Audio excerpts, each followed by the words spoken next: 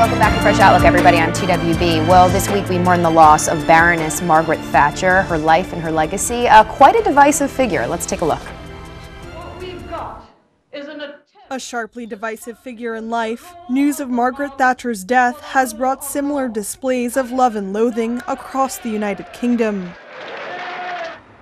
At the National Union of Miners in South Yorkshire, many were expected to celebrate the passing of a figure often blamed for the downfall of Britain's mining communities. You're not supposed to speak ill of the dead, but from the phone calls I've had this morning, I would imagine there'd be quite a lot of people in the mining communities will not be shedding a tear today. They'll be raising a drink and toasting a passing. As Britain's only female Prime Minister, Thatcher is attributed with crushing trade unions, privatising vast swaths of British industry, clashing with allies in the European economic bloc, and fighting a distant war for the Falkland Islands. Messages of sympathy. Scenes of celebrations unfolded in Glasgow as crowds gathered to chant and cheer, laying out anti-Thatcher posters. The former Premier died peacefully on Monday morning at the Ritz Hotel after a stroke.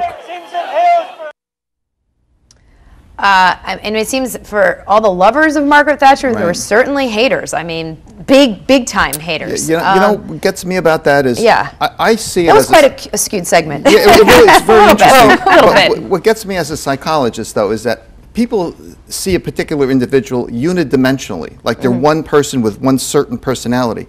But we're all with different sides to our personality. We all have different dimensions.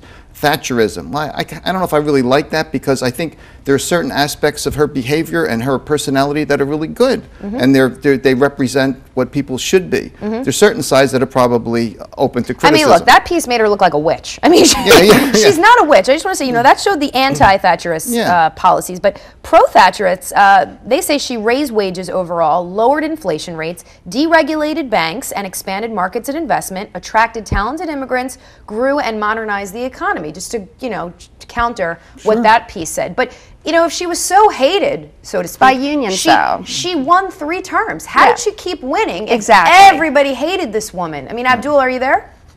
Yes, I'm here, yeah. Well, how did she keep winning if she was so hated?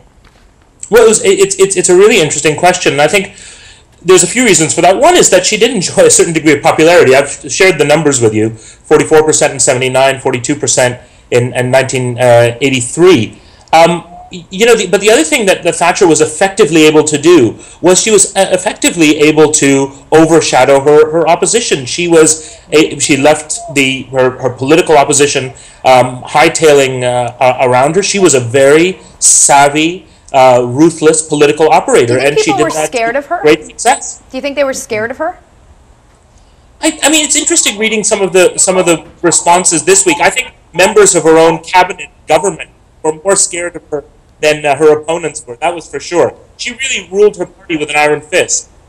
Right. I mean, we saw that. If everyone saw The Iron Lady, played by Meryl Streep, who ultimately won the Academy Award, that was something I thought that was an interesting portrayal. Sort of, you got to see her and her cabinet members, and when they start turning on you, that's when things are bad. I think what's interesting is that in the end, Thatcher's downfall was not because of the electorate; it was because of the Conservative Party itself, because they realized that by the end of that, as we approach the end of that 3rd term, she not only lost popular support, but she had lost the support of Conservatives themselves. Many Conservatives felt like she'd gone a step too far.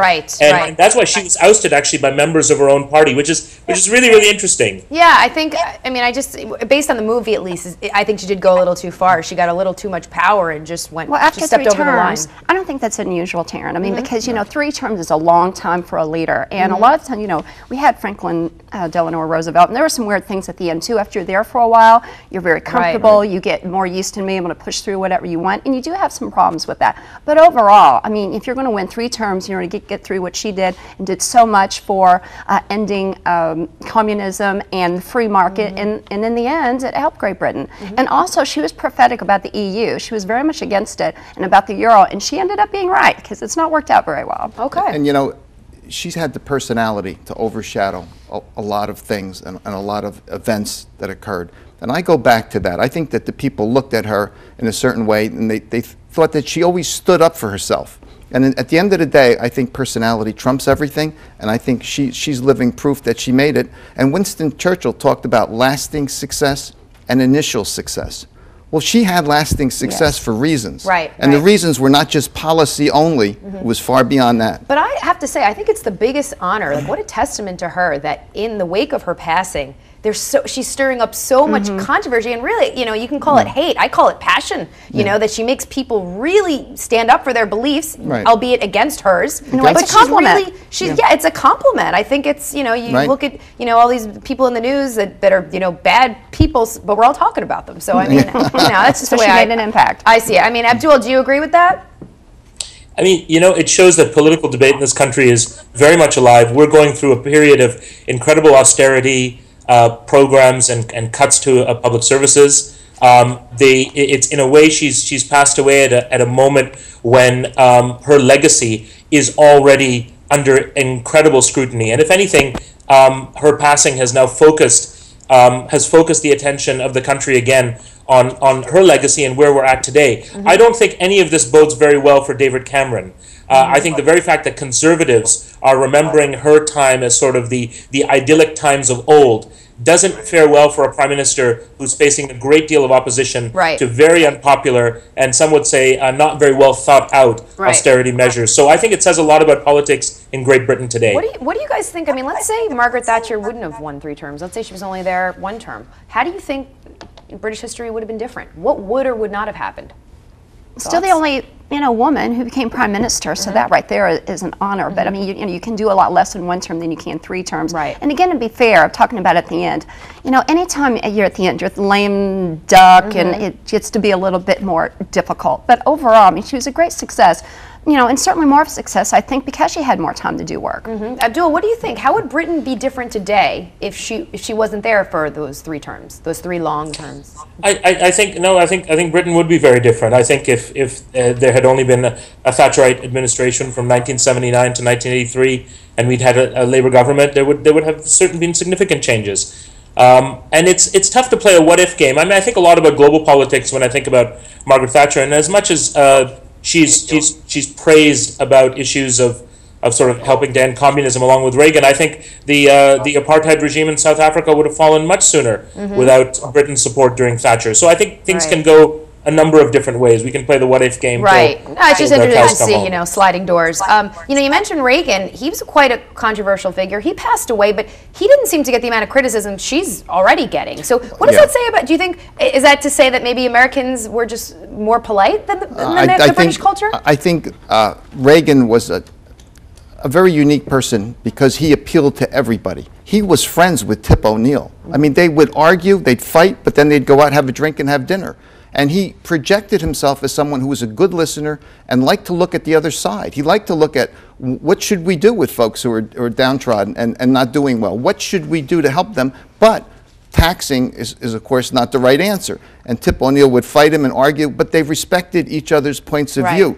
And that kind of a leader has an effect on all, on the right and the left. And that's a very good question, Taryn, because their policies were very much the same, but their personalities completely different. She was a cold fish. I mean, she was tough, Iron Lady, and you know, and that's actually very different personality. That's not a nice thing to say about someone, but she took was it as a compliment. Yeah, absolutely. Very British, and you know, but where Ronald Reagan, I mean, he did Bedtime from Bonzo. I mean, he was an actor before. I mean, he had this warm, fabulous personality. So completely different personality. So I think you have a very good point about personalities. I mean, so personality does go, but she didn't. That was semantics to her. That was nonsense. You know, it didn't. It's about the policy. But you can take a certain dimension of your personality and make it attractive, even if it is being a cold fish. Yeah, but it did work for her because you know she was a woman. She's the first woman, so she probably felt like, and she made remarks. One of the best quotes I thought she had was like, "Well, if you want to listen to someone, ask a man. If you want someone to do something, ask a woman."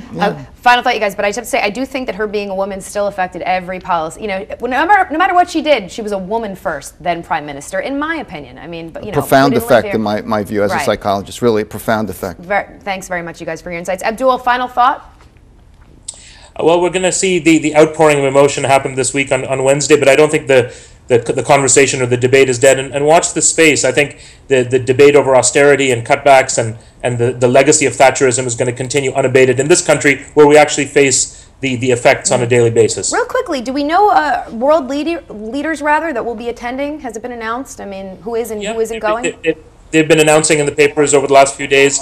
There's all the former U.S. presidents have been invited. The former president of South Africa will be there. Prime Minister of Canada. I'm not sure who's representing the United States. Right. All right. Well, the conversation will certainly continue. Abdul Rahman Malik, thank you very much for your time, and panel, thank you very much. We got to go to break. When we return to Fresh Outlook, unfortunately, we're mourning another huge loss this week. Legendary film critic Roger Ebert. We'll talk about his life and legacy. Stay with us.